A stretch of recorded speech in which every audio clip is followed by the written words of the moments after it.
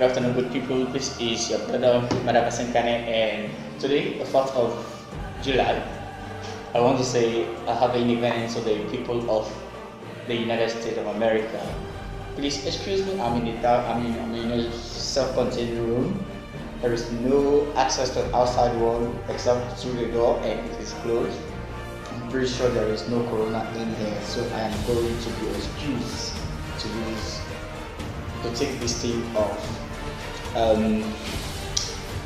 Today, like I said, is July 4th, the America's independence. I truly hope that is not just independence for themselves, because they claim to be superpower power, and as a result, if you are superpower, I think it should trickle down to the rest of us. Your independence must mean something to the rest of the world, not when you are superpower power and you are forcing people to accept democracy. You say that is the you say it is independence. You are looking for freedom. You can't call yourself of the world, the country of the world, if you can empower your citizens to use weapons for themselves, but you can't empower other nations to have nuclear weapons for their own defense. That is really not in agreement with the First Amendment. This video is really not about America. Probably we might save another time for that. Today I am going to share a very sad story with you. I watched a video, okay, from YouTube. It really touched my heart because I truly, today is my very first time that I watched a certain video from online and I cried to myself. I am pretty sure after watching this video, you will see the reason why I cried. Okay, stick with me. Hello friends, do you believe in miracles? If not, then today's story is for you.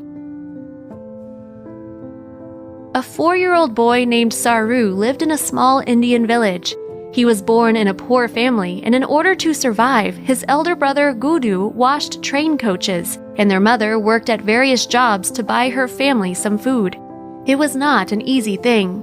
One day, the mother had to work the night shift, and the elder brother had to put little Saroo to bed and get ready for his night shift too. But in this story, just one moment turned everything upside down. It was this unfortunate day that the little boy did not want to sleep and was very afraid to be alone. He cried and asked his elder brother to take him to his job. As Gudu had to rush to his work, he really did not want to take his little brother with him, but nevertheless, he agreed. He put his younger brother on the frame of his bicycle and took him with him. He thought that in a couple of hours he would finish his work and return home so that their mother would not know anything. Having left Saroo on the bench for just a few minutes, Gudu ran to his employer. The little kid was curious, and when he was alone, he got in one of the train coaches. As he was already tired, he immediately fell asleep on the floor of the train.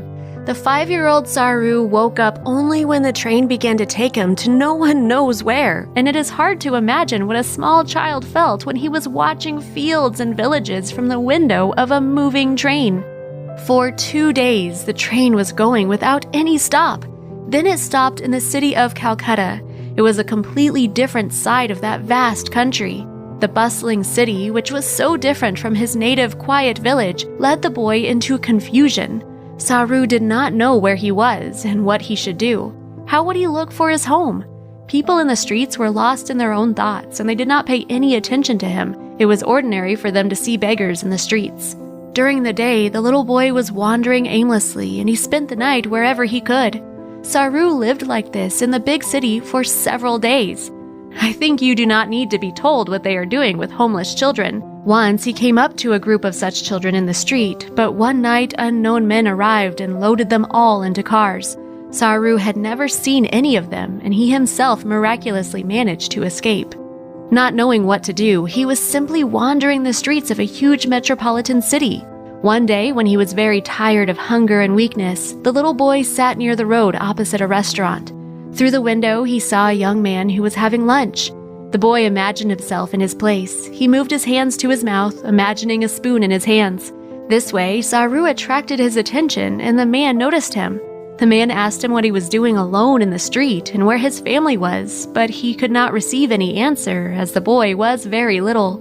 So the young man took the child to an orphan help center. It was impossible to find his parents because he could not read or write at all, and he could not remember the name of his village. After unsuccessful attempts to find the boy's parents, Saroo was recognized as an orphan, but fate prepared an incredible gift for the little Indian boy. A married couple from Australia saw his photos and they decided to adopt the child. They took him to Australia. There, across the ocean, a big house, good food, and caring parents were waiting for him. Life in Australia was interesting. School, new friends, computer games. He grew up among prosperous children and could afford almost everything. He went to college, drove his own car, but all this time in his heart there were memories of his small village, his loving mother, and his elder brother. There was a large map of India in his room. Looking at it, the boy wondered what had happened to his mother, whether they would ever meet again, if she could recognize her already adult son. Time passed, but the hope that one day he would be able to hug his loved ones never left. Being a college student, using the Google Earth application, he spent hours looking at a virtual map of India, trying to find at least something familiar from his childhood. Imagine for a minute, he spent more than a year, 10 hours a day, and sometimes even the whole day, watching every railway station in one of the largest countries in the world. And there are more than 10,000 stations in India. And after some time, fate rewarded him for all his efforts. Having found some satellite images, Saroo could not believe his eyes.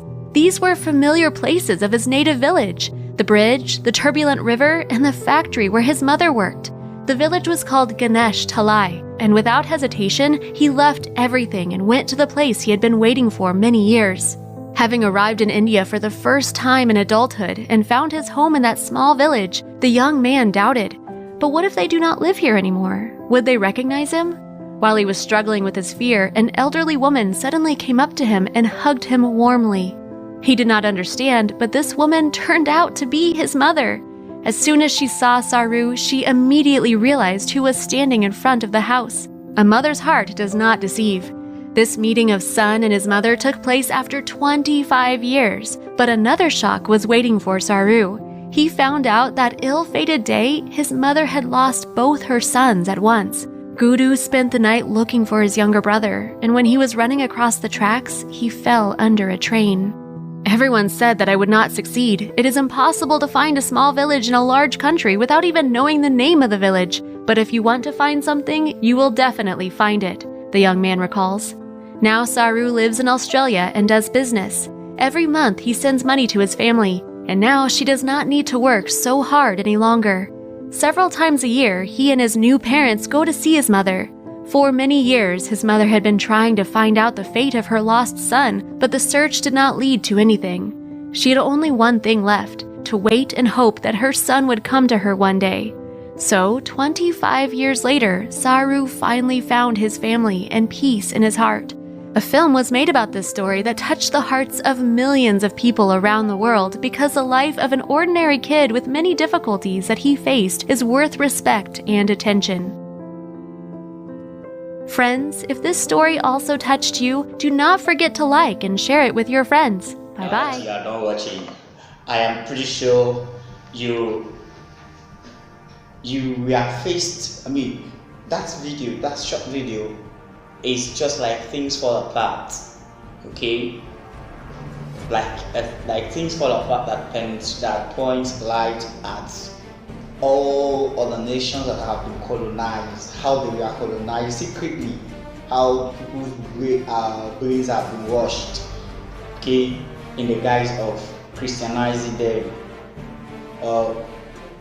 This video throws light back to our own communities. It is an Indian story, but I'm telling you, there are a lot of that boys types in the streets. There are those who have grown up to become Batman. You know what I mean by Batman also? Batman them. And the price is determined by the amount of taxes they load for drivers. And our cameras, our microphones, our pens are silent on these boys' situations. I'm not talking about this guy now in the film that we just watched, but there are lots and lots of SAROOS in the streets of FREETOWN. Lots and lots of SAROOS in Makini, Kenema, Bo, and every part of Africa you might find this video. There are lots of them, but we don't hear people talking about empowering the male child. Instead, all problems are but problems that are created by men, implemented by boys. On a more serious note, you can't talk about gender equity if you keep on ignoring the masterpiece of creation, the footprint, the reason for which God created the world itself. There are a lot of boys down there who are left out in development. They are left out. Nobody cares. Even us men, nobody cares to empower boys. The UN, our national government, nobody cares. There are a lot of these boys down there in the streets. They are the ones that are of course, they use them as tools to gain their rules to power. And when they gain their rules to power, they kick them off. Nobody is there to inspire them. We need to turn the cameras and the microphone and our pens to those boys. The situation of the boys is daring. It's too dare to the point. Seriously, you can empower the girls. I'm not a misogynist in the first. I love women. I'm talking about equality, caring for them, caring for the boys as well. So please, gentlemen and ladies that create content, let us create content that really shows the pictures of the boys as well in the street. Thank you.